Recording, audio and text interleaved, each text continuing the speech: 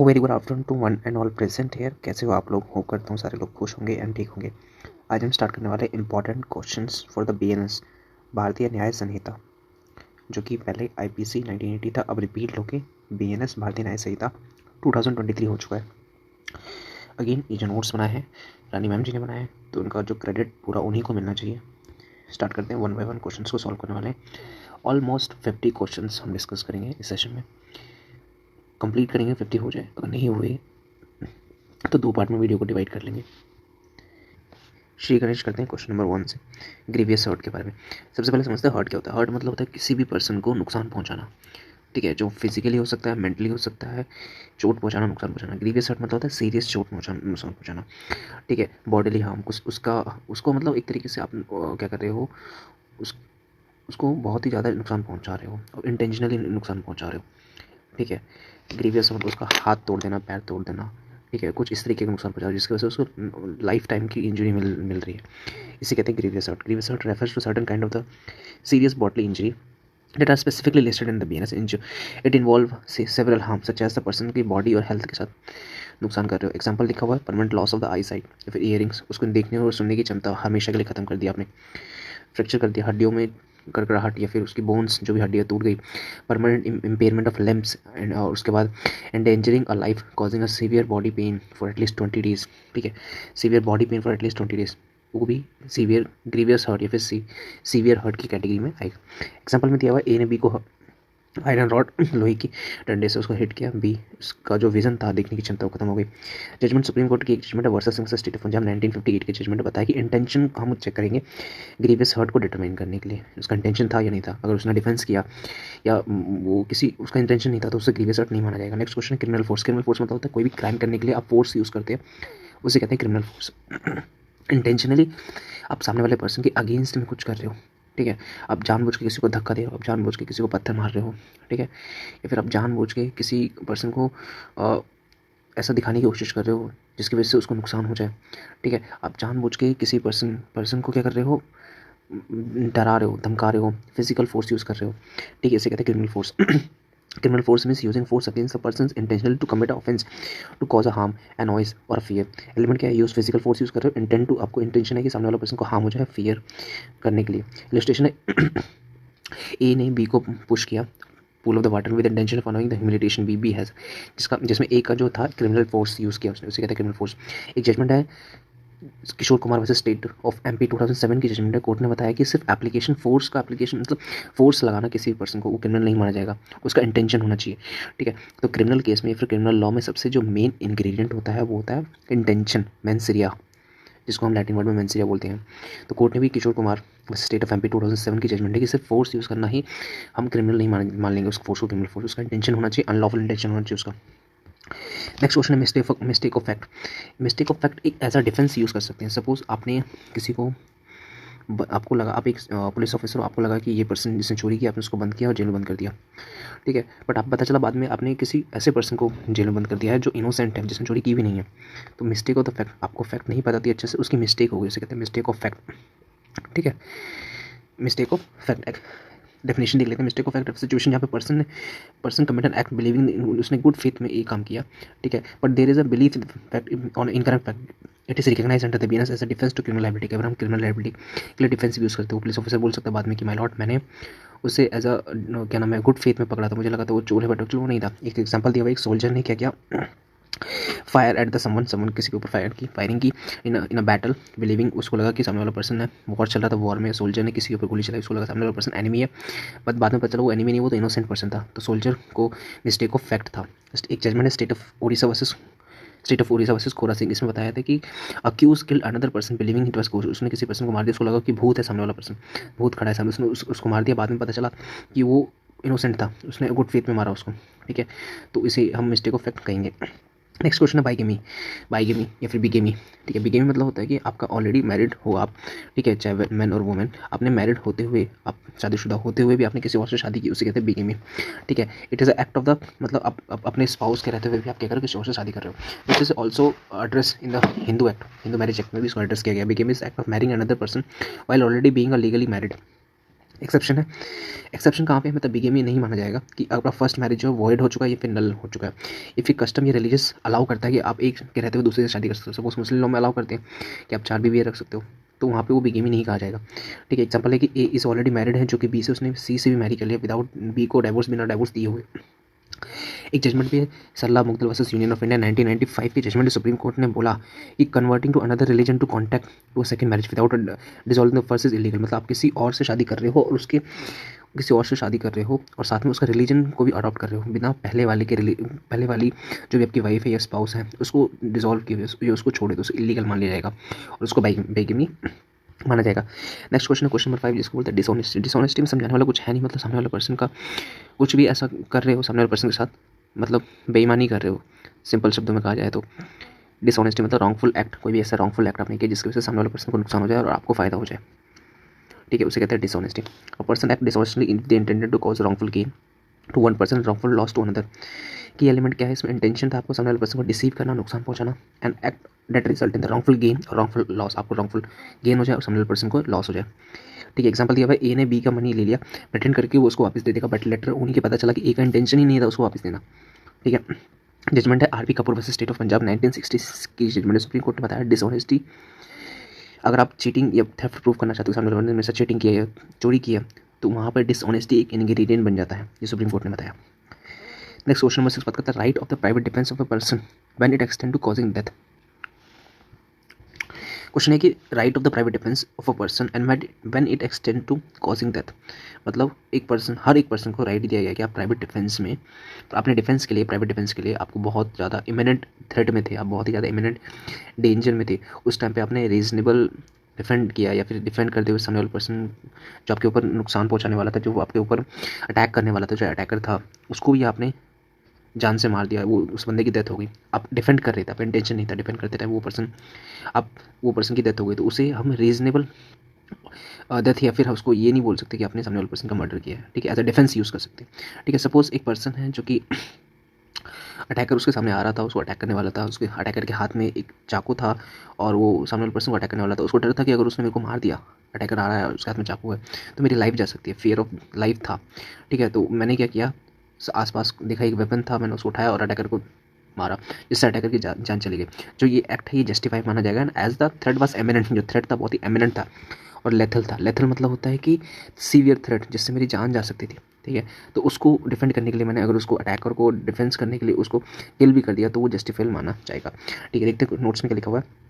Right of the private defence is the legal granted to person to protect themselves their property, अपनी खुद को अपनी property को from the harm और threat से बचने के लिए। This recognise under the allow the right of private defence दिया गया and extend this right to the person acting in the defence of other.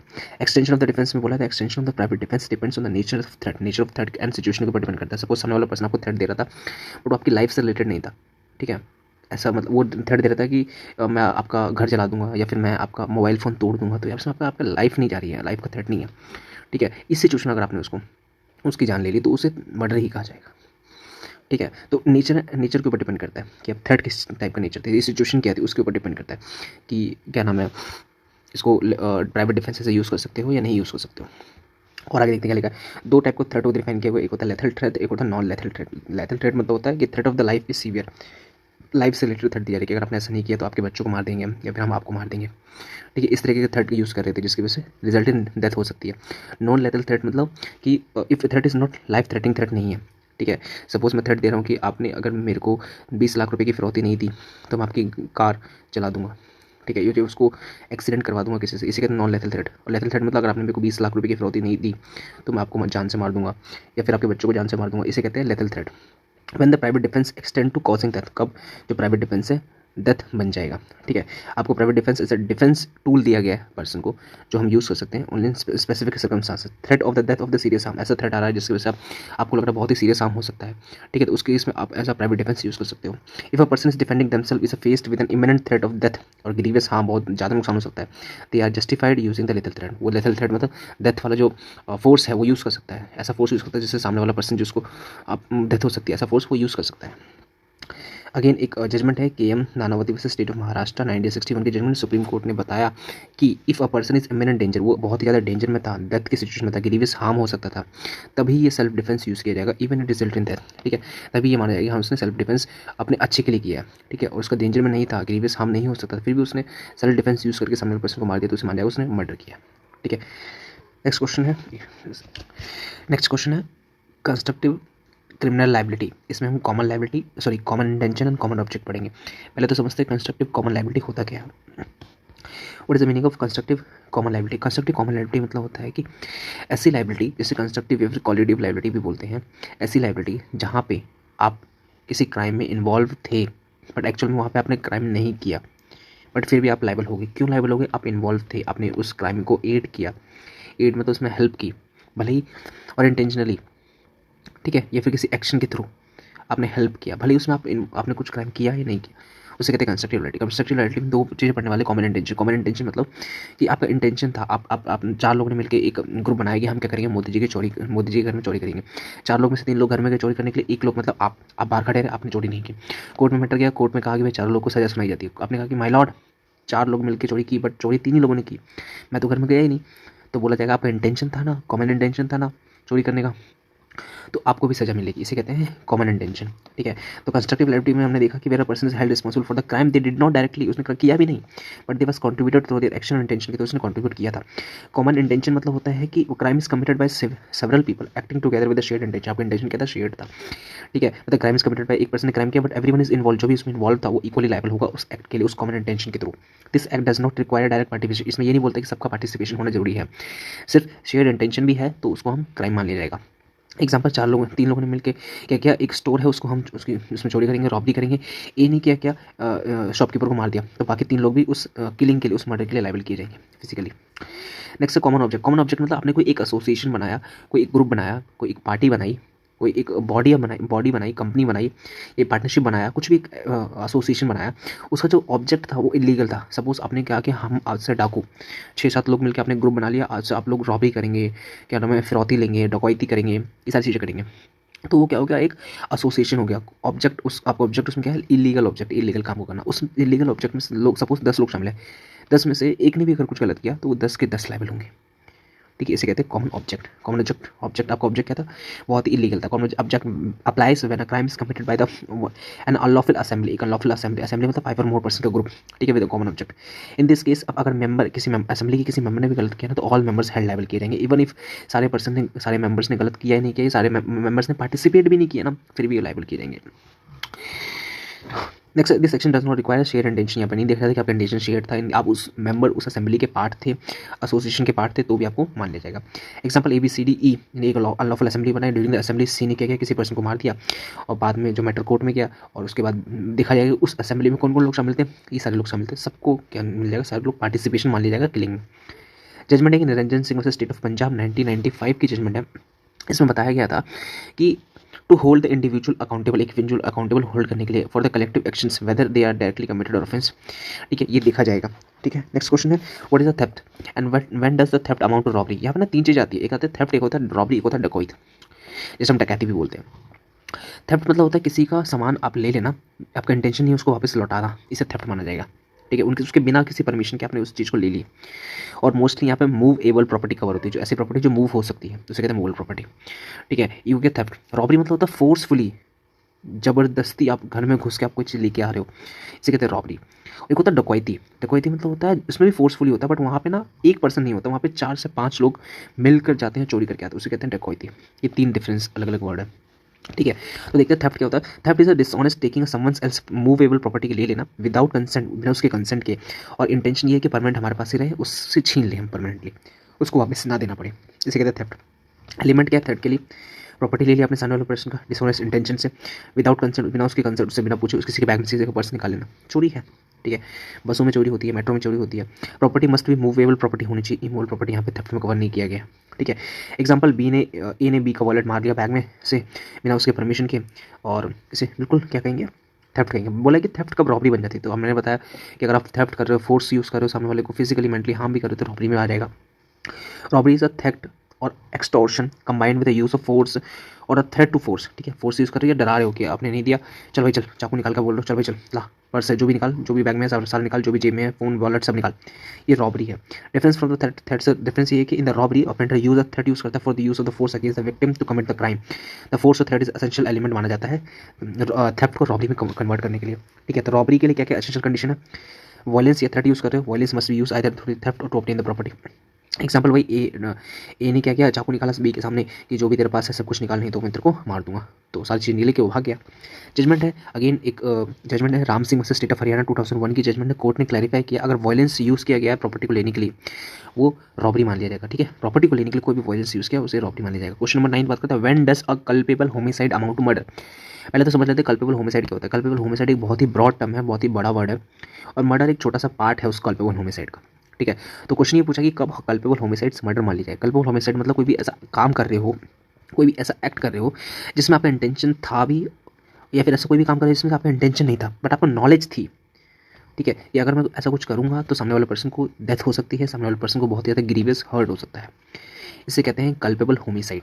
और मर्डर मतलब होता है कि आपने कोई ऐसा एक्ट किया और आपका इंटेंशन था, ठीक है, एंड नॉलेज थी। यहाँ पे और वर्ड नहीं बोला, यहाँ पे पहले मैंने बोला या तो इंटेंशन था या तो नॉलेज, यहाँ पे बोला इंटेंशन था एंड नॉलेज थी, ये सामने वाले पर्सन को बहुत ज़्यादा ग्रीवियस हर्ट और डेथ हो सकती है, उसे कहते हैं मर्डर, ठीक है। तो कल्पेबल होमिसाइड्स एक ब्रॉड टर्म है, मर्डर एक छोटा सा वर्ड है, ठीक है। मर्डर जो है कल्पेबल होमिसाइड्स का ही पार्ट है। तो कल्पेबल होमिसाइड्स क्या है, is act of causing death, act of causing death, ऐसा कोई भी एक्ट है जिसकी वजह से डेथ हो सकती है पर्सन की विद इंटेंशन, आपका इंटेंशन था या नहीं था, या नॉलेज भी हो सकती है आपको, ठीक है। इस सामने वाले पर्सन को मैंने ऐसा कोई एक्ट किया है जिसकी वजह से उसकी डेथ या फिर ग्रीवियस हर्ट हो सकता है। Culpable homicide is a broad term, murder is a specific form of culpable homicides. Murder क्या होता है, मर्डर मतलब serious form of culpable homicide, बहुत ही सीरियस फॉर्म होता है कल्पेबल होमिसाइड जिसमें आपका सामने वाले को पर्सन को मारना ही है, आपने प्लानिंग की थी यहाँ पर, ठीक है, प्लानिंग की थी, तो उसे मर्डर मान लिया जाएगा। सपोज आपने ना कोई ना आपका स्टूडेंट है, वो बहुत ही छोटा है, वो आपने उसको होमवर्क दिया, वो होमवर्क नहीं करके आया, आपने उसको स्टिक से मारा, आपको पता था मैं उसको स्टिक से बहुत मारूंगा इसकी डेथ हो सकती है, आपको नॉलेज थी, बट आपका इंटेंशन नहीं था उसको मारने का, डेथ करने की उसकी इंटेंशन नहीं थी। आपको पता था कि उसको मैं बहुत जोर जोर से मारूंगा तो ये बंदा मर भी सकता है, ठीक है, आपका इंटेंशन नहीं था मारने का, फिर भी आप मारते गए कि इस वजह से मार रहे थे आप कि ये बंदा होमवर्क करके क्यों नहीं लाया, बट उसकी डेथ हो गई, जिसे कहते हैं कल्पेबल होमिसाइड। बट आपने क्या किया, जा रहे थे बाइक से, सामने वाले पर्सन को रोका और उसके सामने चाकू निकाला और चाकू उसके पेट में मारा, ठीक है, स्टेप किया बहुत सारे, और इसमें आपका इंटेंशन था, आपने पूरी प्लानिंग कर रखी थी और आपने ज़बरदस्ती किया। तो मर्डर का मतलब होता है कि प्लानिंग के साथ इंटेंशनली आप सामने वाले पर्सन का क्या कर रहे हो, डेथ कर रहे हो, या फिर उसको बहुत ही ज़्यादा ग्रेव डेंजर उसकी ह्यूमन लाइफ को कर रहे हो, या फिर उसको बहुत ज़्यादा सीरियस हार्म कर रहे हो, उसे कहते हैं मर्डर। बोला गया कि कब when culpable homicides become murder, कब कल्पेबल होमिसाइड्स मर्डर मान लिया जाएगा। तो दिया गया है कुछ क्राइटेरिया है। Culpable homicides become murder if the intention और circumstances of the killing meet any of the following criteria, any of the following criteria बोला है। इंटेंशन था सामने वाले पर्सन को मारना ही है, या फिर ग्रेवियस हर्ट हुआ है, उसे बहुत ही ज़्यादा नुकसान हुआ है, उसका एक हाथ टूट गया, एक पैर कट गया, इस तरीके का। Knowledge that act is likely to cause death, आपकी नॉलेज थी कि ये बंदे को मैं अगर मारूंगा तो इसको डेथ हो सकती है, बिल्कुल उसको मर्डर मान लिया जाएगा। आपने वेपन या फिर डेंजरस मीन्स, वेपन या किसी और डेंजरस मीन्स का यूज़ किया तो भी मर्डर मान लिया जाएगा। एग्जाम्पल है ए ने क्या किया, B A steps B in a fight intending to kill B, it's a murder, ठीक है, ये मर्डर मान लिया जाएगा। ए ने क्या किया, स्टेप किया, स्टेप मतलब होता है कि मारना बी को, ठीक है, इस इंटेंशन से कि बी को मार दिया जाए, उसको मर्डर करा जाएगा, ठीक है। ए ने बी को स्टेप किया विद नॉलेज, नॉलेज थी कि अगर मैंने ऐसा किया तो उसकी डेथ हो सकती है, उसको भी मर्डर मान लिया जाएगा। अगेन जजमेंट जो हमने पहले भी देखा, versus Singh versus state of Punjab 1958 की जजमेंट में सुप्रीम कोर्ट ने कहा कि मर्डर अगर चेक करना है there is an intention to kill होना चाहिए, और ऐसा कोई भी एक्ट होना चाहिए, फिर reckless disregard of the human right होना चाहिए, इसे हम मर्डर में इंक्लूड कर लेंगे। नेक्स्ट क्वेश्चन है कंसेप्ट ऑफ सेडिएशन। सेडिएशन मतलब होता है विद्रोह फैलाना, दंगे फैलाना, ऐसा कुछ बोल रहे हो, लिख रहे हो, इशारा कर रहे हो, ठीक है, ठीक है, जिसकी वजह से सामने वाले पर्सन को आप इंसाइट कर रहे हो, उत्साह दिला रहे हो, ताकि आप क्या कर रहे हो, रिवॉल्ट ले सको, ठीक है, लड़ाई झगड़ा करवा सको, इसे कहते हैं सेडिएशन।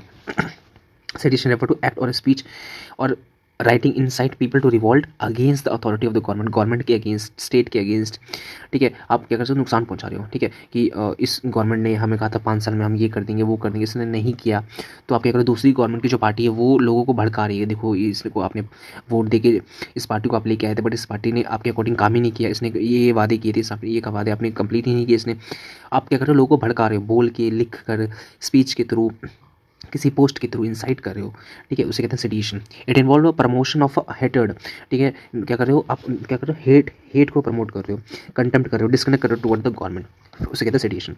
तो aim to protect the government and officials from the actions that may incite the violence and sedition is a danger offence under the BNS and involve act that create a rebellious atmosphere against the government.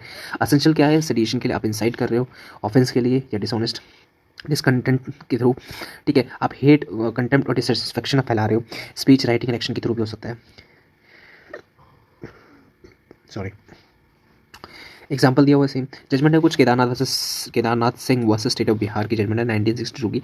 Supreme court ने कहा इस law on the sedition but clarified that only तो दो speeches and writing, अगर आप कोई ऐसी speech दे रहे हो जिसमें आप गवर्नमेंट की पॉलिसीज या फिर गवर्नमेंट ने कोई एक्शन किया, ठीक है, उसको आप क्रिटिसाइज कर रहे हो, उसको क्रिटिसिज्म कर रहे हो कि गवर्नमेंट ने कहा था कि इस पॉलिसी के थ्रू हम इतना पैसा लोगों को देंगे, हम एजुकेशन मुफ्त कर देंगे, हम ये चीज़ें कर देंगे, हम वो कर देंगे, ये पॉलिसी हमने बनाई है, बट वो कंप्लीट नहीं हुआ, वो सक्सेसफुल नहीं हुआ, लोगों को बस झूठे वादे दिखाई गए, तो उसको क्रिटिसाइज करना वो सेडिशन नहीं होता है, ठीक है। ये Kedarnath Singh versus state of Bihar 1962 supreme court ने ये वर्डिक्ट दी है। Question number 11, mens rea and importance of the criminal law.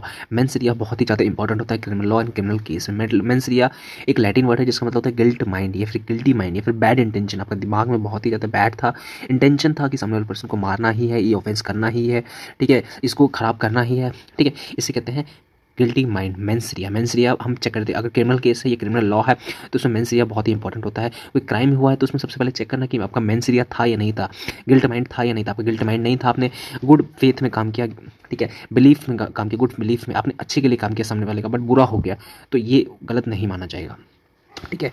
तो mens rea refers to mental state और intention of a person committing an a crime in a criminal law. Essential है बहुत ही ज़्यादा प्रूफ करने के लिए कि क्राइम हुआ या नहीं हुआ, गिल्ट माइंड एंड इंटेंशन को प्रूव करना, ठीक है। Mens rea help to differentiate between a person committing किसी पर्सन ने कोई काम इंटेंशन से किया है, एक्सीडेंटली उससे गलत हो गया, ठीक है, इसको प्रूव करने के लिए, डिफरेंशिएट करने के लिए मेंस एरिया कंसेप्ट आता है। आज की एलिमेंट क्या है मेंस एरिया का, आपका इंटेंशन था, ठीक है, इंटेंशन था कि वो आपको गलत करना ही है। सपोज एक ए ने प्लान किया कि हम क्या करेंगे, चोरी करेंगे, इंटेंशन था, ठीक है, उसे थेफ्ट मान लिया जाएगा। और नेक्स्ट है एलिमेंट क्या है, नॉलेज। ए को क्या कर रहा है, फेक मेडिसिन सेल कर रहा है, ठीक है, उसको पता है कि अगर मैं फेक मेडिसिन सेल करूँगा तो सामने वाले बंदे का नुकसान हो जाएगा, ठीक है, अगर नहीं पता था, ठीक है, फिर सेल कर रहा है वो, तो उसको क्या मेंस एरिया नहीं माना जाएगा, गिल्ट माइंड या फिर बैड इंटेंशन नहीं माना जाएगा। बट उसको पता था already, he has a knowledge, उसको नॉलेज था, फिर भी वो गलत मेडिसिन सेल कर रहा है और उसे पता है कि नुकसान हो जाएगा, तो उसे क्राइम मान लिया जाएगा। रेकलेसनेस मतलब कि आप कुछ ऐसा काम कर रहे हो जिससे पता है कि बहुत ज़्यादा पोटेंशियल हार्म हो सकता है, ठीक है, आपको पता था, ऐसा कोई भी एक्ट कर रहे हो, इंडिविजुअल अवेयर है कि पोटेंशियल हार्म हो सकता है अगर मैंने इसको फॉलो नहीं किया। मैंने क्या किया कि मैं इलेक्ट्रिसिटी डिपार्टमेंट में काम करता हूँ और मैं क्या करता हूँ, अगर मैंने सेफ्टी टूल्स का यूज़ नहीं किया, ठीक है, मुझे पता है अगर मैंने ऐसा नहीं किया तो मेरे को डेंजर हो सकता है, तो ये भी मेंस एरिया कहा जाएगा, आपका इंटेंशन माना जाएगा, ठीक है। आप ड्राइविंग कर रहे हो, ड्राइविंग करते करते सब आप खाना भी खा रहे हो, पानी भी पी रहे हो, आप मोबाइल भी यूज़ कर रहे हो, आप कॉल पर बात भी कर रहे हो, ये सारी चीज़ साथ में कर रहे हो, तो आपको पता है कि अगर मैंने ऐसा किया तो मेरे साथ नुकसान हो सकता है, इसे भी मेंस एरिया माना जाएगा। नेग्लिजेंस मतलब आपकी ड्यूटी थी किसी काम को करने के लिए, आपने उस ड्यूटी का ब्रीच किया, उसे कहते हैं negligence. A person fails to exercise care, ठीक है, that a reasonable person would भी सिमिलर सिचुएशन को करना चाहिए था, ठीक है। एक डॉक्टर है जो कि प्रॉपर ट्रीटमेंट करना चाहिए था आपको, ठीक है, आपने नहीं किया, आपने रीजनेबल केयर जो था करना चाहिए था वो नहीं किया, जिसकी वजह से आपका जो पेशेंट है उसकी डेथ हो गई, इसे क्रिमिनल माना जाएगा, क्रिमिनल क्राइम माना जाएगा इसको, बिल्कुल, ठीक है। इंपॉर्टेंस ऑफ मेंस एरिया इसलिए चेक करते हैं कि कल्पेबिलिटी, ठीक है, उसका इंटेंशन गलत था या नहीं था, इंटेंशनली उसने वो काम किया या नहीं किया, इस चेक करने के लिए। फेयरनेस इन द लॉ, ठीक है, अगर किसी ने कोई इंसिडेंटली वो काम गलत कर दिया, उसको इंटेंशन नहीं था, तो उसको सजा नहीं दी जाएगी। जजमेंट है आरवी कनिंगम 1957 की जजमेंट, कोर्ट ने कहा कि मेंस एरिया एक बहुत ही फंडामेंटल एलिमेंट है क्रिमिनल लायबिलिटी को प्रूव करने के लिए, बिना मेंस एरिया का पर्सन को गिल्टी नहीं माना जाएगा, ठीक है।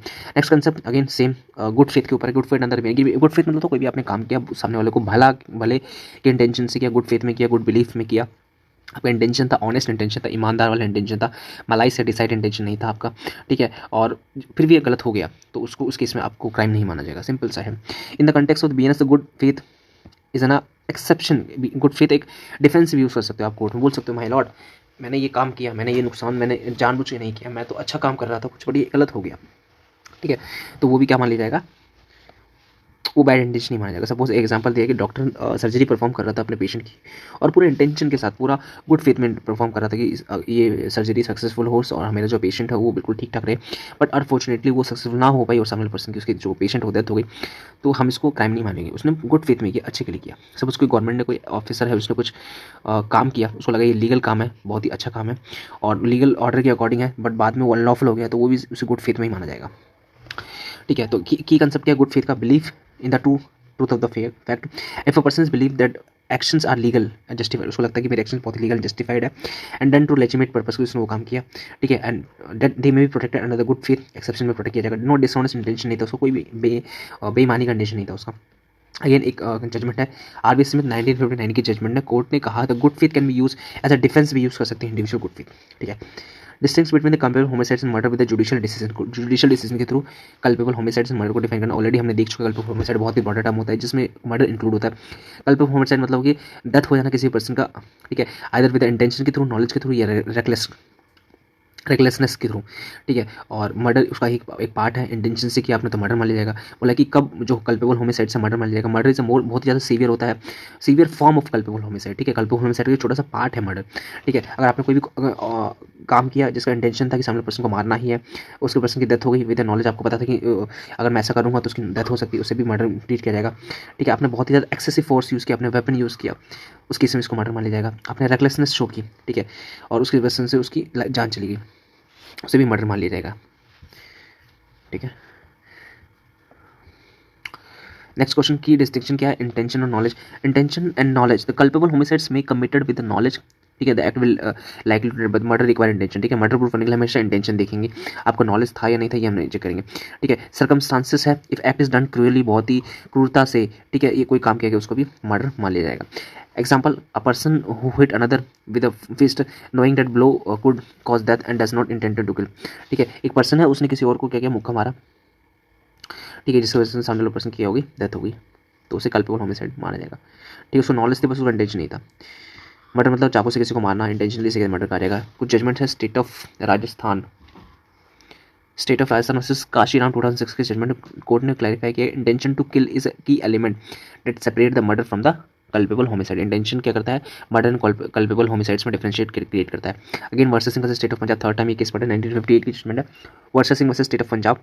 इसमें बताया गया था कि court held that culpable homicides में भी ट्रीटेड एज अ मर्डर मान लिया जाएगा इफ इट इन्वॉल्व इंटेंशन, अगर उसमें इंटेंशन है तो। नेक्स्ट क्वेश्चन है what is public nuances. Public nuances मतलब होता है कोई भी काम कर रहे हो या फिर कोई भी काम करना भूल गए जिसकी वजह से पब्लिक एट लार्ज को या कम्युनिटी एट लार्ज को बहुत ही ज़्यादा परेशानी हो रही है। सपोज आप क्या कर रहे हो, आपने एक ट्रक ना बीच रोड पे पार्क कर दिया, ठीक है, जिसकी वजह से आने जाने वाले लोगों को परेशानी हो रही है, इसे कहते हैं पब्लिक न्यूसेंस, ठीक है। जिसकी वजह से सामने वाले पर्सन को नुकसान भी हो रहा है, डेंजर भी हो रहा है, इनकन्वीनियंस हो रही है पब्लिक को या सेक्शन ऑफ पब्लिक को, ठीक है। और that also affect the safety और कंफर्ट। सपोज आपने कोई फैक्ट्री सेटअप की एक डोमेस्टिक एरिया में जिसकी वजह से लोगों की हेल्थ को इशू हो रहा है, ठीक है, वो फैक्ट्री बहुत ही ज़्यादा इमिनेंट एयर पोल्यूट कर रही है, ठीक है, जिससे लोगों की हेल्थ को बहुत ज़्यादा नुकसान हो रहा है, ये भी एक तरीके का पब्लिक न्यूसेंस है। एलिमेंट पब्लिक न्यूसेंस का ये है कि पब्लिक ये कम्युनिटी को अफेक्ट कर रहे हैं आपके एक्शन, जिसकी वजह से नुकसान और इनकन्वीनियंस हो रही है। सपोज फैक्ट्री बहुत ही ज़्यादा हार्मफुल स्मोक प्रोड्यूस कर रही है, या फिर आप कूड़ा करकट को जो है रोड पे ही छोड़ दे रहे हो, उसे प्रॉपर डिस्पोज ऑफ नहीं कर रहे हो, ये भी एक टाइप का न्यूसेंस है। Municipal corporation of Delhi versus Subhagwanti 1966 की जजमेंट है कि एक क्या था, एक रिपेयर के लिए दिया गया था, हाँ, एक क्लॉक टावर था, वो रिपेयरिंग के लिए था, जिस रिपेयरिंग की वजह से कुछ तो गिरा और जो पेडेस्ट्रियन थे, लोग आसपास जो चल रहे थे रोड पे, उनकी डेथ हो गई, जो कि न्यूसेंस पब्लिक न्यूसेंस का ही पार्ट माना जाएगा। What do you mean by abetment? Abetment मतलब होता है इंसाइट करना, एनकरेज करना सामने वाले पर्सन को ऑफेंस करने के लिए, क्या करने के लिए, ऑफेंस करने के लिए, क्राइम करने के लिए, उसे कहते हैं अबेटमेंट। अबेटमेंट मतलब कोई भी ऐसा काम करे, कोई भी एक्ट ऑफ एनकरेजिंग, इंस्टिगेटिंग और एडिंग, या फिर या तो एनकरेज कर रहे हो, उत्साह बढ़ा रहे हो, इंस्टिगेट कर रहे हो तो उसमें शामिल हो रहे हो, या फिर एड कर रहे हो मतलब हेल्प कर रहे हो उसको, another person to commit an offence, ठीक है। फॉर्म ऑफ अबेटमेंट में इंस्टिगेट मतलब होता है प्रोवोकिंग या फिर arguing someone to commit an crime, ठीक है, मैंने सामने वाले पर्सन को बोला कि जाके उसके घर में चोरी कर, इंस्टिगेट करना, और जो भी मिलेगा उसका हम आधा आधा बांटेंगे, इसी का इंस्टिगेट। इंकरेजिंग कॉन्स्पिरेसी ठीक है। सेकंड या फिर तो हम क्या करें, इंस्टिगेट देख लिया, इंकरेज कर रहे हो, कॉन्स्पिरेसी कर रहे हो मतलब मिलके, कॉन्स्पिरेसी मतलब होता है प्लानिंग टू क्राइम, ठीक है, प्लानिंग टू क्राइम मिलके, दो पर्सन ने मिलकर कहा कि हम रॉबरी करेंगे, एक ही घर में चोरी करेंगे, ठीक है, कहते हैं कॉन्स्पिरेसी मतलब मिलकर ऑफेंस करना। एडिंग मतलब आपने उसको हेल्प किया किसी थ्रू, आपने उसको प्लानिंग बताई, उसके घर के राज बता दिया आपने, या फिर हो सकता है किसी नौकर ने किसी को जाके किसी घर के राज बता दिया और मिलकर सबने चोरी की, ठीक है, या फिर आप वेपन दे रहे हो उसको, या फिर आप कह रहे हो ये लो मेरी तरफ से बॉम्ब वगैरह, तो ये सारा कुछ क्या क्या हेल्प कर रहे हो आप, एड कर रहे हो, तो वो भी कॉन्स्पिरेसी इसका अबेटमेंट का पार्ट होगा।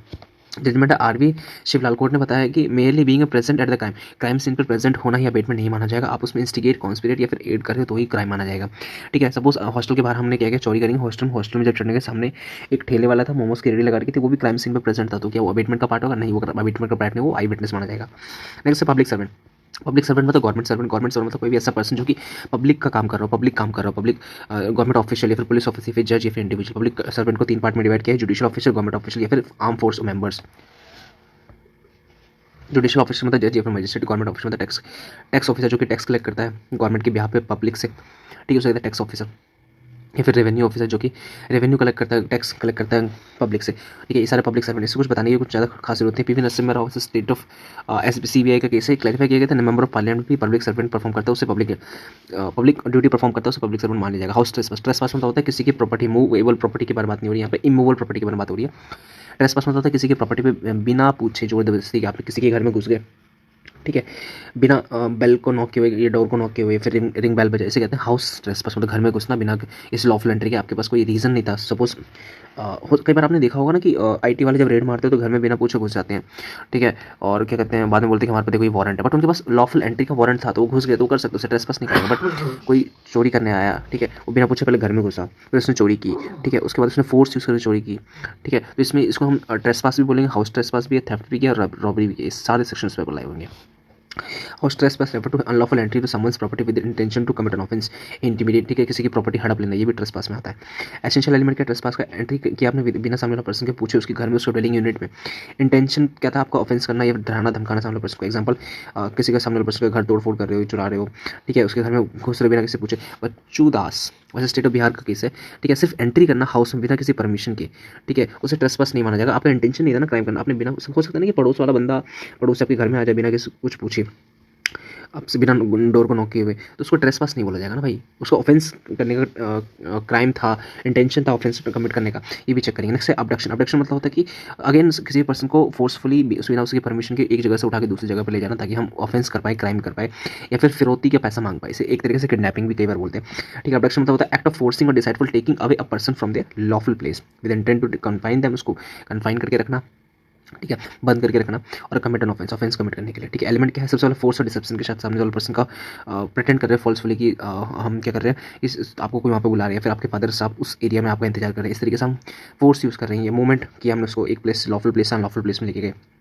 पर्पस ये था कि हार्म पहुंचाना, सामने पर्सन को कन्फाइन करके रखें, मतलब बंद करके रखें, ठीक है। एग्जाम्पल, और सामने पर्सन से एग्जाम्पल दिया हुआ है कि एक पर्सन ने किसी को उठा लिया कार में और वो क्या कर रहा है बाद में रैंसम डिमांड कर रहे हैं, रैंसम मतलब फिरौती का पैसा। State of Haryana versus Raja Ram court ने क्लैरिफाई किया abduction is not mainly taking away someone, सिर्फ किसी पर्सन को एक जगह से दूसरी जगह ले जाना ही अबडक्शन नहीं माना जाता है, रॉन्गफुल इंटेंशन होना चाहिए उस काम के पीछे। What do you mean by the good faith? Good faith हमने ऑलरेडी डिस्कस कर लिया, मतलब कोई भी काम बहुत ही अच्छे भले के लिए करना। इंटेंशन क्या था आपका, ऑनेस्टी क्या था, ड्यू केयर लिया था आपने, ठीक है, सावधानी बरती थी, बाद में अगर गलत हो भी गया तो उसे हम क्राइम नहीं मानेंगे। चिरंगी versus state of Madhya Pradesh में बताया गया कि गुड फेथ असेस करने के लिए हम अगेन चेक करेंगे कि आपने ड्यू केयर लिया था, आपने इंटेंशन गलत नहीं था। Question number 19, what are the essential for the aiming of cruelty? Cruelty by the husband, एक हस्बैंड है अपनी वाइफ पे बहुत ही क्रूरता कर रहा है। क्रूरता मतलब पहले के टाइम पे हिस्ट्री में क्रूरता वर्ड यूज किया जाता था कि बहुत ही गलत तरीके से हम पनिशमेंट दे रहे हैं, उसके नाखून नोच ले रहे हैं, उसके बाल नोच ले रहे हैं, उसको जलाया जा रहा है, उसको काटा जा रहा है, इसे कहते हैं क्रूरल्टी, ठीक है। तो एक हस्बैंड अपने वाइफ पे क्रूरल्टी शो कर रहा है या फिर हस्बैंड के रिलेटिव उसके पेरेंट्स उसकी वाइफ पे क्रूरल्टी शो कर रहे हैं, ठीक है, तो उसके लिए क्या क्या एसेंशियल्स हैं, ठीक है, जो कि एड्रेस किया गया न्यू एक्ट बीएनएस में, ठीक है। एसेंशियली कि क्रूरल्टी या फिर फिजिकली या मेंटली कर रहे हो, ठीक है, डॉरी से रिलेटेड उसको कर रहे हो कि भाई और पैसा लेके आओ, अपने घर वालों को बोलो, अपने वाइफ को बोलो कि और पैसा लेके आओ, ठीक है, डॉरी एज अ दहेज के नाम पे, ठीक है, आप उसको मेंटली या फिर बॉडीली हार्म कर रहे हो, मार पिटाई कर रहे हो, अब्यूज़ कर रहे हो, उसके घर वालों को अब्यूज़ कर रहे हो, ह्यूमिलेट कर रहे हो, हरास कर रहे हो, इसे कहते हैं cruelty. Harassment for the dowry, dowry के लिए हरास कर रहे हो, मैरिटल रिलेशनशिप है आप दोनों का आपस में, ठीक है। एम था बीएनएस का ये करना कि डोमेस्टिक वायलेंस उसको प्रिवेंट करना, डॉरी रिलेटेड जितनी भी क्रूरल्टी है उसको प्रोटेक्ट करना वुमेन को, एंड जो भी ऑफेंडर है उसको, वो जो भी मिसट्रीट करता है अपने वाइफ्स को, उसको पनिश करना है, ठीक है। शोभा रानी वर्सेस मधुकर रेड्डी का केस है, Shobha Rani versus Madhukar Reddy. Supreme court ने बताया क्रूरल्टी इंक्लूड कोई भी act of harassment, demand of dowry that impact the wife का मेंटल या फिजिकल स्टेट, अगर हेल्थ क्या कर रहा है अगर इंपैक्ट होता है तो उसे भी क्रूरल्टी में इंक्लूड किया जाएगा। नेक्स्ट बात करते हैं culpable homicide murder. Again third time ये क्वेश्चन पढ़ रहे हैं, कल्पेबल होमिसाइड मर्डर में क्या डिफरेंस। कल्पेबल होमिसाइड मतलब होता है कोई भी ऐसा एक्ट जिसकी वजह से सामने वाले पर्सन को इंटेंशन था या नॉलेज था कि उसे पर्सन की डेथ हो सकती है, सीवियर डेथ हो सकती है, उसे होमिसाइड कल्पेबल होमिसाइड किया जाएगा। बट वही इंटेंशन के साथ और सीवियर इंटेंशन के साथ अगर उसने किया तो उसे मर्डर मान लिया जाएगा। मर्डर इज एन एग्रीगेटेड मतलब form of serious form of culpable homicides, ठीक है। And whether the intention is clear, intention clear था, डायरेक्ट था, ठीक है। नेचर क्या होता है कल्पेबल होमिसाइड्स का, जो इंटेंशन टू कॉज हार्म और death but not necessarily to extreme the cruel, intention to cause severe harm. इसका इंटेंशन मर्डर में इंटेंशन होता है कि सीवियर हार्म देना, साल बंदा मर ही जाना चाहिए, जिंदा नहीं रहना चाहिए। ग्रेविटी कल्पेबल होमिसाइड देखा तो लेसर ग्रेव बहुत ही कम ग्रेव होता है, बहुत ही कम सीरियस नेचर का होता है as compared to murder. Murder बहुत ज़्यादा ग्रेव सीरियस नेचर का होता है। एग्जाम्पल, ए ने किसी पर्सन को क्या किया, स्ट्राइक अनदर विद स्टिक, डंडे से मारा गुस्से में। उसको पता था अगर गुस्से में मारना, उसको पता था, नॉलेज थी यार, पता होता है कि हम किसी गुस्से में मारेंगे बंदा मर भी सकता है, और उसका इंटेंशन नहीं था मारना, सामने वाला बंदा मर गया, उसे कल्पेबल हमेशा रखेंगे। इसी पर्सन ने रिपीटेडली एक बार नाखून चाकू से मारा किसी के पेट में, बंदा मर गया, जान उसको और 3-4 बार मारा था कि वो बिल्कुल मर जाए, बचे ना, उसे कहते हैं मर्डर। पनिशमेंट क्या, पनिशमेंट 10 ईयर्स और लाइफ और फाइन हो सकता है, यहाँ पे और लिखा हुआ है, ठीक है। डेथ ऑफ पेनल्टी हो सकता है, और लाइफ इम्प्रेसमेंट या फिर फाइन हो सकता है, ठीक है। कुछ एग्जांपल दिए, कार्बन होमिसाइड मतलब ए ने बी को हिट किया फाइट के दौरान और उसको इंजरी हुई, हार्म हुआ, उसको इंटेंशन किल करना नहीं था, ठीक है। मर्डर के सामने पर्सन को आपने जहर देके मार दिया, इंटेंशन था आपको उसमें किल करना। Again versa Singh versus state of Punjab, supreme court ने बताया कि आपको कल्पेबल होमिसाइड्स एंड मर्डर में अगर डिफरेंशिएट करना है तो सुप्रीम वही इंटेंशन चेक करेंगे, मेंस एरिया चेक करेंगे। नेक्स्ट क्वेश्चन है, डिफाइन द पनिशमेंट। पनिशमेंट को डिफाइन करना, थ्योरीज ऑफ पनिशमेंट। पनिशमेंट मतलब होता है पेनल्टी इंपोज करना, लॉफुल अथॉरिटी, आपके पास लॉफुल अथॉरिटी होनी चाहिए सिर्फ, मतलब पेनल्टी तो कोई भी इंपोज कर सकता है ना, एक फादर भी अपने सन को मारता है तो उसे पनिशमेंट भी बोल सकते हैं, बट यहाँ पर पनिशमेंट का मतलब बोला गया है कि अगर किसी चोर ने किसी सपोज किसी चोर ने या फिर किसी डाकू ने कोई मार रहा है किसी को, तो उसे पनिशमेंट नहीं बोलेंगे, ठीक है। उसके पास लॉफुल अथॉरिटी होनी चाहिए सबसे पहले, ठीक है, कोर्ट की अथॉरिटी या फिर पुलिस ऑफिसर की अथॉरिटी लाइक होनी चाहिए, ठीक है। और उसे लगता है कि सामने पर्सन ने कमिट किया है या फिर गिल्ट किया है, ठीक है, तो उस केस में उसको हम क्या करेंगे, पनिशमेंट देंगे, उससे पनिशमेंट इंपोज, पेनल्टी इंपोज करने उसे कहेंगे पनिशमेंट, ठीक है। लॉ एंड ऑर्डर को मेंटेन करने के लिए, क्राइम को कम करने के लिए। थ्योरीज ऑफ पनिशमेंट में 4 थ्योरी दी गई है। रिट्रीब्यूटिव थ्योरी, रिट्रीब्यूटिव थ्योरी मतलब होता है कि this principle is based on the eye for an eye, offender punish because of their deserve it, ठीक है। मतलब आपने जैसे कि आपको उसके अकॉर्डिंग आपको पनिशमेंट मिल रही है, रिट्रीब्यूटिव थ्योरी, ठीक है। मार्च सिंह स्टेट ऑफ पंजाब में कोर्ट ने बताया था कि रिट्रीब्यूटिव थ्योरी एक हीनियस क्राइम के लिए जस्टिस के लिए, मतलब अगर आपने किसी ने कोई मर्डर किया तो उसके लिए उसको डेथ की सेंटेंस मिलनी चाहिए, तो उसको मिला, ठीक है। रिट्रीब्यूटिव डेटरेंट थ्योरी मतलब होता है कि वही हैबिचुअल, हाँ, डेटरेंट थ्योरी मतलब होता है कि सामने वाले पर्सन को क्या कर रहे हो, छोटी मोटी गलती के लिए या फिर आपने कुछ ऑफेंस किया है तो उसके लिए हायर से हायर सजा जो भी है वो दे रहे हो, ठीक है, जिसकी वजह से फ्यूचर में वैसा क्राइम ना हो, फ्यूचर में लोग डरे, ठीक है, कि भाई उसने ऐसा किया तो इसको ऐसा क्राइम, इसको ऐसा पनिशमेंट मिली है, ठीक है। Focus on the preventing future crime by making an example of the offender, ठीक है। अगेन प्रिवेंटिव थ्योरी मतलब होता है किसी को प्रिवेंट करने के लिए, ठीक है, किसी को प्रिवेंट करने के लिए उसको क्या करना, पनिशमेंट देना। Aim to protect the society by incapacitating offender, ठीक है, ऑफेंडर को पनिश कर रहे हो ताकि सोसाइटी प्रोटेक्ट रहे। Life imprisonment to habitual offender, उसको लाइफ इम्प्रेजमेंट दे रहे हो ताकि वो सोसाइटी से अलग रहे, ठीक है, सोसाइटी में ना रहे, क्यों हैबिचुअल ऑफेंडर कभी क्या कर सकता है, क्राइम कर सकता है। नेक्स्ट है रिफॉर्मेटिव थ्योरी। रिफॉर्मेटिव थ्योरी बोलता है कि ये फोकस करता है रिहैबिलिटेशन ऑफ द ऑफेंडर को क्या करना, रिहैबिलिट करना। रिहैबिलिट करना मतलब उसको ट्रेनिंग देना, उसको एजुकेशन प्रोवाइड करना, ठीक है, कहाँ पे, जहाँ पे उसको पनिशमेंट दी गई जेल में, ठीक है, रिहैबिलिट करना। रिफॉर्मेटिव थ्योरी मतलब रिहैबिलिट करना। कंपनसेटरी थ्योरी मतलब कंपनसेट करना, जो भी विक्टिम जिसके साथ गलत हुआ है, ठीक है, उसकी फैमिली को कंपनसेट करते हुए अगर आप कोई पनिशमेंट दे रहे हो, इसे कहते हैं कंपनसेटरी थ्योरी। नेक्स्ट क्वेश्चन है, ignorance of law is no excuse. अगर आपने लॉ को इग्नोर किया है उसको एक्सक्यूज नहीं माना जाएगा, बट मिस्टेक ऑफ फैक्ट में भी गुड डिफेंस या फिर गुड एक्सक्यूज मान ली जाएगा। सपोज आपने ट्रैफिक लाइट जंप की और बोला कि भाई मुझे तो पता ही नहीं था ट्रैफिक लाइट जंप करना ऑफेंस है, अब ये नहीं बोल सकते। अगर कोई एक्ट, सपोज आज कोई एक्ट इन्फोर्स हुआ है तो ये प्रिज्यूम किया जाता है कि सारे सिटीजन ऑफ इंडिया जितने भी लोग हैं सबको ये पता चल चुका है कि ये कानून आ चुका है, भले ही आपने वो पढ़ा हो नहीं पढ़ा हो, आप उसके बारे में जानते हो नहीं जानते हो, हमें नहीं पता। बहुत सारे लोग जो कोसा एक्ट के बारे में नहीं जानते हो, बट वो ऑफेंस, वो एक्ट है, आपने कोई ऑफेंस किया पब्लिक ऑफिशियल्स ने तो उसमें वो लाइबल किया जाएगा, ठीक है। द प्रिंसिपल ऑफ, एक प्रिंसिपल है इग्नोटिया जुरिस नॉन एक्सकस्टा, मतलब a person can not claim ignorance of law, defence नहीं क्लेम कर सकता कि मेरे को पता ही नहीं था, उसे एज अ डिफेंस यूज नहीं कर सकता। Foreign tourist can not claim ignorance of law, अगर traffic relief court of violent, foreign tourist नहीं कर सकता, बाहर से कोई बंदा है वो भी नहीं कर सकता। मिस्टेक ऑफ फैक्ट बोल सकते हैं, सपोज एक पुलिस ऑफिसर ने किसी पर्सन को उठाया और जेल में बंद कर दिया, ये सोचते हुए कि वो बंदा चोर है, उसने चोरी की, उसने ऑफेंस किया, बट बाद में चलो वो बंदा इनोसेंट है, मिस्टेक ऑफ फैक्ट एक्सक्यूज किया जा सकता है, ठीक है। Mistake of fact valid defence if it advance the good proof. Mistake of fact का एक केस है, आरबी टेल्सन का केस है। इसमें बताया था कि एक वुमेन ने रीमैरी कर लिया किसी और पर्सन के साथ, इसको ये था कि उसका जो हस्बैंड है वो मर चुका है, ठीक है, और बाद में पता चला कि उसका हस्बैंड मारा नहीं, जिंदा ही है, तो मिस्टेक ऑफ फैक्ट मान लिया जाएगा, मिस्टेक ऑफ लॉ नहीं है। Women's offence against the marriage है एंड डिस्टिंग्विश करना बिगेमी एंड अडल्टरी के बारे में, ठीक है। बिगेमी मतलब होता है कि आपका स्पाउस होते हुए आपने किसी और के साथ शादी कर ली। अडल्टरी मतलब होता है कि विच इज़ नाउ अनकॉन्स्टिट्यूशनल, ठीक है, आप सेक्सुअल रिलेशनशिप रख रहे हो किसी और के स्पाउस के साथ। क्रूरल्टी मतलब होता है कि आप बहुत ज़्यादा क्रूर बिहेव कर रहे हो, मेंटली या फिजिकली आप अपने स्पाउस को मार पिटाई कर रहे हो। डिजर्ट मतलब होता है छोड़ के चले जाना, ठीक है, आप अपने स्पाउस को छोड़ के जा रहे हो बिना कुछ बताए, रीजनेबल कॉज दिए, और रिटर्न भी नहीं, वापस रिटर्न के कोई कंडीशन नहीं कि आप वापस आओगे। बिगेमी एंड अडल्ट्री में डिफरेंस, बिगेमी मतलब होता है कि आपके स्पाउस के होते हुए आपने किसी और के साथ मैरिज कर लिया। कंसेंट ऑफ स्पाउस यहाँ पे इरेलेवेंट हो जाता है, कोई कंसेंट की जरूरत नहीं होती है। Adultery which is unconstitutional having a sexual relationship with someone else spouse, ठीक है, उससे अडल्ट्री कहा जाता है। अडल्ट्री इन्वॉल्व यहाँ पे कोई मैरिज नहीं होता, ओनली कंसेंट, ठीक है। Which is a crime offence, ये हटा दिया गया है, कॉन्स्टिट्यूशन में नहीं है। इम्प्रिजमेंट इसके लिए 7 ईयर्स है, इसके लिए 5 ईयर्स में का था, ठीक है। Nothing offence which is done by the child, अगर कोई चाइल्ड बिलो द 7 ईयर अगर इसने ऑफेंस किया, उसको क्या नहीं मानेंगे हम, ऑफेंस नहीं मानेंगे, क्योंकि 7 साल से छोटे के बच्चों को उसको पता ही नहीं है, समझ नहीं है ना यार, चाकू है, बंदूक है, पिस्तौल है, मारना है, काटना है, क्या करना है, ठीक है।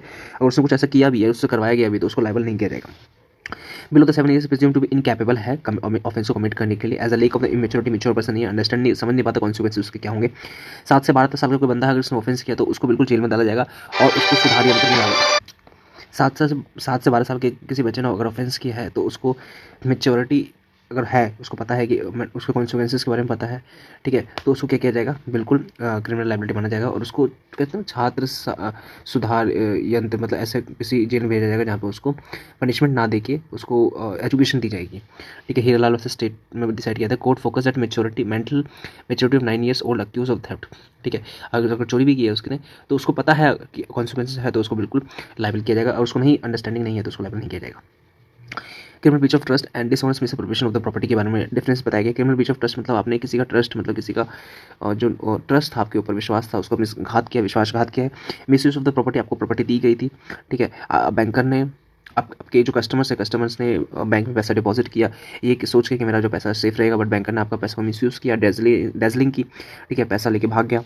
इसे कहते हैं breach of trust, misuse of the property entrusted to someone by the owner require the entrustment of the property, breach of confidence or trust, and bankers misuse the customer's fund. Dishonest misappropriation of the property मतलब होता है किसी और की property ले लेना, use करना बिना उसके परमिशन के, ठीक है। यहाँ पे उस बंदे ने आपको प्रॉपर्टी दी नहीं थी, क्रिमिनल ब्रीच ऑफ ट्रस्ट में हम प्रॉपर्टी देते हैं, आपने खुद से ले ली। डिसऑनेस्ट मिसअप्रोप्रिएशन का इंटेंशन था उस प्रॉपर्टी को अपने पास ही रखना, वापस रिटर्न नहीं करना। सपोज आपको किसी का वॉलेट मिला, आपको पता है ये वॉलेट उस पर्सन का, आपने उसको रिटर्न ही नहीं किया, इसे कहते हैं डिसऑनेस्ट मिसअप्रोप्रिएशन। एक judgment state of Gujarat versus Jaswant Lal Nathalal court ने बताया कि इंटरेस्टमेंट बहुत ही ज़्यादा इंपॉर्टेंट एलिमेंट है ब्रीच ऑफ ट्रस्ट की। अगर आपने खुद से दिया है तो उसे ब्रीच ऑफ ट्रस्ट कहा जाएगा, अगर उसने खुद से लिया है डिसऑनेस्ट मिसअप्रोप्रिएशन कहा जाएगा। Discuss the law related offence, अगर डिफेमेशन से रिलेटेड कोई ऑफेंस उसको एक्सेप्शंस के बारे में बताना है। पहले के टाइम पे जब आईपीसी था 499 सेक्शन था डिफेमेशन का, बट अब चेंज हो गया 3 समथिंग कुछ हो गया। Defamation refer to making a statement, आपने किसी की रेपुटेशन को हार्म करने के लिए आपने स्टेटमेंट दिया, खुद से बोला, या फिर रिटन वर्बल ओरल कम्युनिकेशन के थ्रू आपने सामने पर्सन की रेपुटेशन को हार्म कर, उसे कहते हैं डिफेमेशन, मानहानि, ठीक है। स्टेटमेंट फॉर्म में रेपुटेशन हार्म कर रहे हो, पब्लिकेशन कर रहे हो उस स्टेटमेंट का, ठीक है, 2 साल तक जेल, फाइन और बोथ हो सकता है। एक्सेप्शन क्या है, कहाँ पे डिफेमेशन नहीं मानेंगे, ठीक है। आप पब्लिक गुड के लिए सच बता रहे हो, ठीक है, किसी ट्रूथ को बता रहे हो, उसे डिफेमेशन नहीं कहा जाएगा। झूठ बोल रहे हो उसे डिफेमेशन कहा जाएगा। फेयर क्रिटिसिज्म कर रहे हो, आप सपोज गवर्नमेंट कोई पॉलिसी लेके आएगी आपसे हर बच्चे को मुफ्त एजुकेशन मिलेगी, बट वो पॉलिसी को इंप्लीमेंट नहीं किया गया तो उसको क्रिटिसाइज़ किया जा रहा है, ठीक है, उसे डिफेमेशन नहीं कहा जाएगा। जुडिशियल प्रोसीडिंग, जुडिशियल जज ने किसी को सुनवाई दी कि ये बंदा आज से 10 साल की जेल, आप उसी की बातों को रीडिटेट कर रहे हो, उसकी बातों को क्या कर रहे हो आप आपस में बात कर रहे हो उसके बारे में, उसे भी जज की जो प्रोसीडिंग है उसे भी डिफेमेशन नहीं कहा जाएगा। जजमेंट, एक जजमेंट है सुब्रमण्यम समाई versus union of India, supreme court ने बताया कि constitutionality of the criminal defamation balancing it free of speech of right, ठीक है, मतलब आप स्पीच ऑफ राइट जो है उसका ये मतलब नहीं कि आप क्या करें किसी के बारे में गलत बोलो। इंपॉर्टेंस ऑफ बीएनएस के इंपॉर्टेंस के बारे में बताया गया, ठीक है। बीएनएस जो कि आईपीसी को रिपील करते हुए बीएनएस है। इंपॉर्टेंस क्या, मॉडर्नाइजेशन, बीएनएस मॉडर्न एक क्राइम को डील करने के लिए बनाया गया है। New age of crime, like अगर कोई साइबर क्राइम है, ऑर्गेनाइज क्राइम है, टेररिज्म है, ये सारी चीज़ें बीएनएस में इंक्लूड की गई है। सिंप्लीफिकेशन, लैंग्वेज को बहुत ही सिंपल कर दिया ताकि कॉमन पर्सन इसको पढ़ सके। विक्टिम सेंट्रिक अप्रोच लिया गया इसमें कि विक्टिम को सेंटर में रखते हुए सारी चीज़ों उसके राइट्स एंड रिहैबिलिटेशन के बारे में सोचा है। एफिशिएंसी, रिड्यूस करना जो भी जस्टिस डिलीवरी में जो टाइम लगता था कोर्ट को, स्पीडी ट्रायल के थ्रू हम सॉल्व करेंगे केस को। Localisation, reflect the Indian values tradition and society को रिफ्लेक्ट किया गया है बीएनएस में। क्राइम अंडर द बीएनएस में क्राइम का मतलब क्या है, क्राइम बहुत ही मतलब कोई भी एक्ट या फिर किसी चीज़ को भूल जाना जो कि पनिशेबल है लॉ में, ठीक है, कोई काम करना, ठीक है, या फिर कोई काम को ना करना जो कि पनिशेबल है लॉ में, जिससे सोसाइटी को हार्म हो रहा है, सोसाइटी एट लार्ज को हार्म हो रहा है, इंडिविजुअल को हार्म हो रहा है, स्टेट को हार्म हो रहा है, क्राइम कहा जाता है। कोई भी एक्ट या फिर ओमिशन प्रोहिबिटेड लॉ। एग्जाम्पल में दिया हुआ है कि एक पर्सन ने किसी और पर्सन का कुछ प्रॉपर्टी ले लिया बिना उसके कंसेंट के, मतलब एक तरीके से उसने चोरी की, इसे भी क्राइम किया जाए, क्राइम माना जाएगा बीएनएस में, ठीक है। Kedarnath versus state of Bihar में डिस्कस किया गया था कि crime involve not only harm to individual but also to social order society at large को भी हार्म हो तो उसे भी क्राइम माना जाएगा। एलिमेंट कौन कौन से जो कि क्राइम को कॉन्स्टिट्यूट करते हैं, ह्यूमन कंडक्ट, ह्यूमन ने कोई काम किया, ह्यूमन बीइंग ने, एक्ट या ओमिशन, ठीक है, या किसी का फ़ोन चुरा लेना, ये भी एक तरह का क्राइम है, ठीक है, जो कि प्रोहिबिटेड है, लॉ में प्रोहिबिटेड है कि ऐसा नहीं करना, मर्डर, थेफ्ट, फ्रॉड, ये सब नहीं करना। मेंस गिल्ट माइंड था, इंटेंशन बैड था, बहुत ही गलत इंटेंशन था, जानबूझ के किया, प्लानिंग के साथ किया, कॉशन, ठीक है, there must be link between the act and harm cause, ठीक है, जो हार्म हुआ है उसी एक्ट की वजह से हुआ है, ठीक है, बी को नुकसान हुआ है, किसकी वजह से ए ने नुकसान पहुंचाया था, उसी की वजह से नुकसान हुआ है, किसी और रीजन से हुआ तो नहीं माना जाएगा। एंड पनिशमेंट, उस चीज़ के लिए पनिशमेंट मेंशन है, ठीक है। तो ये कुछ क्या है, इंग्रेडिएंट है किस चीज़ के लिए, क्राइम के लिए, ठीक है। सबसे पहले क्या, ह्यूमन कंडक्ट होना चाहिए, प्रोहिबिट, जो कि लॉ प्रोहिबिट करता है, मेंस गिल्ट माइंड है, कॉशन, ठीक है, and punishment, essential element of the mens मतलब intention, bad intention, evil intention, गलत intention, planning to commit an offence, इसे मेंस कहा जाता है, गिल्ट माइंड, ठीक है, बहुत ही ज़्यादा गलत सोच, ठीक है। Most of the criminal offences under the BNS, criminal liability को प्रूव करने के लिए मेंस बहुत इंपॉर्टेंट फैक्टर बन जाता है। इंटेंशन क्लियर होना चाहिए कि आपने गलत करना ही था, नॉलेज था, नेग्लिजेंस शो किया आपने, ये भी सारा कुछ मेंस का ही पार्ट है। आरवी कनिंगन 1957 की जजमेंट सेकंड टाइम पढ़ रहे हैं, कोर्ट ने फोकस किया मेंटल स्टेट बहुत ज़्यादा इंपॉर्टेंट है पर्सन को गिल्ट प्रूव करने के लिए। जनरल एक्सेप्शन क्या क्या है, बीएनएस मतलब कहाँ का अप्लाई नहीं होता, फोल्डिंग आर द एक्सेप्शन जहाँ पे बीएनएस अप्लाई नहीं होता। मिस्टेक ऑफ द फैक्ट, उसको पता नहीं था फैक्ट के बारे में, ठीक है, और उसके इसमें बीएनएस अप्लाई, जुडिशियल एक्ट, ठीक है, एक्शन परफॉर्म बाय द जजेस in their official capable capacity में अगर कोई एक्शन परफॉर्म किया, एक्सीडेंटली कोई काम हुआ है, कोई इंटेंशन नहीं था, ठीक है, सेल्फ डिफेंस में आपने कोई काम किया, इंसेनिटी, आप पागल थे उस टाइम पे, ठीक है, आपका दिमागी हालत ठीक नहीं थी उस टाइम पे, अगर कोई आपने कोई एक्ट किया जिसकी वजह से वो समझ लो नुकसान हुआ, ठीक है, किसी पागल ने आपको उठा के पत्थर मार दिया, तो बंदा तो उसका मेंटल कैपेबिलिटी है ही नहीं, तो उसको ऑफेंस नहीं माना जाएगा, वहाँ पे बीएनएस अप्लाई नहीं होगा। इंटेंशन अबेटमेंट में डिफरेंस, इंटेंशन मतलब होता है mens rea, intention behind the committing offence, उसका आपके पीछे रीजन क्या था उस क्राइम को करने का, उसे इंटेंशन बोला जाता है। इंटेंशन बहुत ही, इंटेंशन मतलब होता है डिलिबरेट, मतलब खुद से, इच्छा से, जानबूझकर आपने क्या किया, उसको वो गलत काम किया, इन प्लान किया बी को मारने के लिए, ठीक, उसे कहते हैं intention. Based on the crime committed, उसके बेसिस पर हम इंटेंशन डिटरमाइन करते हैं। अबेटमेंट मतलब होता है कि इसको एनकरेज करना, उत्साहित करना, हेल्प करना उसको, ताकि वो पर्सन क्या करे, क्राइम कर पाए, उसको वेपन देना, उसको गोली बारूद देना, उसको जहर देना कि जा उस बंदे को मार, इस तरीके से आप क्या कर रहे हो, उसे अबेटमेंट कहा जाता है, ठीक है, based on the difference abetted. Next judgment है Shiv Kumar versus state of Haryana 1999 की जजमेंट है। सुप्रीम कोर्ट ने कहा कि इंटेंशन एंड अबेटमेंट आर बहुत ही डिस्टिंक्ट कंसेप्ट है एंड ओवरलैप कर सकते हैं सर्टेन केसेस में। वॉलंटरी एक्शन मतलब होता है involuntary action, voluntary action involuntary action में डिफरेंस बताना। वॉलंटरी एक्शन मतलब खुद से आपने कोई काम किया है, ठीक है, ए ने क्या किया, बी का घर जला दिया इंटेंशनली, ठीक है, इसे वॉलंटरी एक्शन बोला जाता है। इनवॉलंटरी एक्शन मतलब कि एक लैंप है वो गिर गया, गिरने की वजह से पूरे घर में आग लगी, इसे कहते हैं इनवॉलंटरी एक्शन। आपकी इच्छा से आग नहीं लगी, आपने जानबूझ के आग नहीं लगाई है, इंटेंशन नहीं था बट गलती से लगी, ठीक है। वॉलंटरी एक्शन मतलब deal with the voluntary act committed intentionally knowingly, आपको पता था, आपने जानबूझ के कोई काम किया, उसे कहते हैं वॉलंटरी एक्शन। इनवॉलंटरी एक्शन मतलब cover act committed involuntary without intended control, require a deliberate action, आपने जानबूझ के किया, जानबूझ के आपने उसके घर में आग जलाई, जानबूझ के आपने उसके पेट में चाकू मारा, ठीक है, फ्री और लेक ऑफ इंटेंट फ्री, यहाँ पे इंटेंशन नहीं था वो करने का, आपको चाकू मारने का, फिर उसके घर जलाने का, बट आपने क्या किया, उसका लैंप नीचे गिरा, नीचे गिरने से पर्दे में आग लगी, पर्दे में आग लगी तो पूरे घर में आग लगी, इसे कहते हैं इनवॉलंटरी एक्शन, ठीक है। पर्सन को क्रिमिनल लायबल किया जाएगा, यहाँ पे डिपेंड्स ऑन द सर्कमस्टेंसेस देखा जाएगा, डिफेंस क्या यूज़ कर रहा है वो देखा जाएगा, तभी उसको लायबल किया जाएगा। State of Maharashtra versus M H George 1965 की जजमेंट, कोर्ट ने फोकस किया involuntary action, intent in involuntary action पर ज़्यादा देखा जाएगा, अगर कोई वॉलंटरी एक्शन है उसमें इंटेंशन ज़्यादा देखा जाएगा। स्टेट ऑफ ओडिशा वर्सेस गोरा खासी खोरा खासी 1978 के जजमेंट, कोर्ट ने कहा कि involuntary act in the good, अगर कोई इनवॉलंटरी एक्ट आपने इच्छा से नहीं किया और गुड फेथ में किया था बट उसे लाइबिलिटी नहीं माना जाएगा, क्राइम नहीं माना जाएगा। शॉर्ट नोट इंटॉक्सिकेशन, इंटॉक्सिकेशन पर शॉर्ट नोट लिखना। इंटॉक्सिकेशन मतलब होता है नशे में धुत कोई बंदा बहुत ही ज़्यादा नशेड़ी है, उसने उसकी मेंटली जो स्टेट है, मेंटल स्टेट, मेंटल हालत ठीक नहीं है, अल्कोहल उसने बहुत ज़्यादा कंज्यूम किया, ड्रग्स बहुत ज़्यादा कंज्यूम किया, या फिर कोई भी ऐसा सब्सटेंस कंज्यूम किया जिसकी वजह से उसकी मेंटल हेल्थ बहुत ज़्यादा क्या नाम है, डिस्टर्ब है, ठीक है, उसे कहते हैं इंटॉक्सिकेशन। जो कि वॉलंटरी किया उसने, पर्सन कंज्यूम इंटॉक्सिकेशन विलिंगली और उसको पता रिस्पॉन्सिबल फॉर देयर एक्शंस, ठीक है, मतलब किसी ने बहुत ज़्यादा दारू पी, ठीक है, बहुत ज़्यादा ड्रग्स लिए जिसकी वजह से उसकी मेंटल हेल्थ ठीक नहीं थी, इसे कहते हैं इंटॉक्सिकेशन, वो भी वॉलंटरी किया, ठीक है। और किसी ने इनवॉलंटरी इंटॉक्सिकेशन किया, वॉलंटरी किया और साथ में उसने क्राइम किया तो उसे माना जाएगा, ठीक है, उसने क्राइम किया। बट इनवॉलंटरी किया, सपोज उसके पानी में किसी ने कुछ मिला के दे दिया, उसकी चाय में किसी ने कुछ मिला के दे दिया और वो बंदा क्या हो गया, नशा हो गया, उसको नशे में धुत हो गया, उसके बाद उसने कोई क्राइम किया, तो वो बोल सकता है डिफेंस में कि माय लॉर्ड मुझे नहीं पता था, मुझे चाय पीने के बाद कुछ तो होने लगा, मैंने उठाया चाकू और सामने वाले बंदे को मार दिया, इसे कहते हैं involuntary intoxication. If someone intoxicated without knowledge और consent and they may not be held liable नहीं किया जाएगा। Judgment director of the public prosecution Beard 1920 की जजमेंट, कोर्ट ने बताया कि voluntary intoxication does not excuse criminal liability, नहीं किया जाता है। Basudev versus state of Pepsu 1956 की judgment, involuntary intoxication was recognised a valid defence, अगर पर्सन अनअवेयर था as a valid defence use किया जा सकता है। क्राइम एंड कम्युनिटी पनिशमेंट में डिफरेंस बताना है। That's it for today. Next session में हम बाकी क्वेश्चंस को कंटिन्यू करेंगे, कुछ 15 से 20